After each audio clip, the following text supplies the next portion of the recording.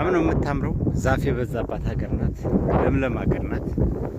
ምናልባት ከዓለም ማለት ይቻላል ለምለም በጣም ዛፍ ከሚበዛባቸው ሀገሮች ዛፏን ደግሞ ለመልካም ነገር ለጥሩ ነገር ወደ ሀብት ከቀየሩ ሀገሮች አንዷ ነች።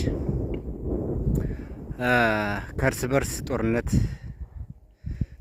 ተምራ አሁን በዚህ ሰዓት እርስ በርሳቸው በመደጋገፋቸው በመንግስታቸው ጋር አንድ አይነት ስራ እጅና ጓንት ሆነው በመስራት ደስተኛ ከሆኑ ሀገሮች በየአመቱ አንደኝነትን ትይዛለች። አልፎ አልፎ ሁለተኛ ትሆናለች። ከዛ በላይ ግን ሄዳ አታውቅም። የዓለም ደስተኛ ህዝቦች ያሏት ሀገር ከሚባሉት አንዷ ነች።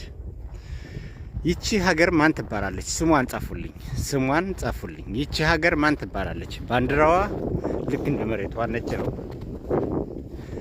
ሰማያዋ ነጭ ነው። ከባንዲራዋም አንደኛው ከለር ደግሞ ነጭ ነው፣ ሰማያዊና ነጭ ነው።